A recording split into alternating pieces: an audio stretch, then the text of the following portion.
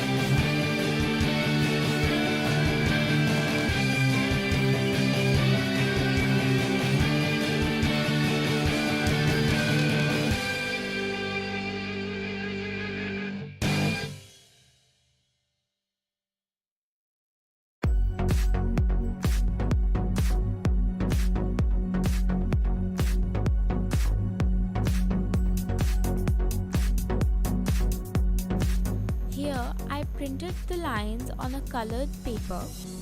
Here you can see that the lines are more wide spaced.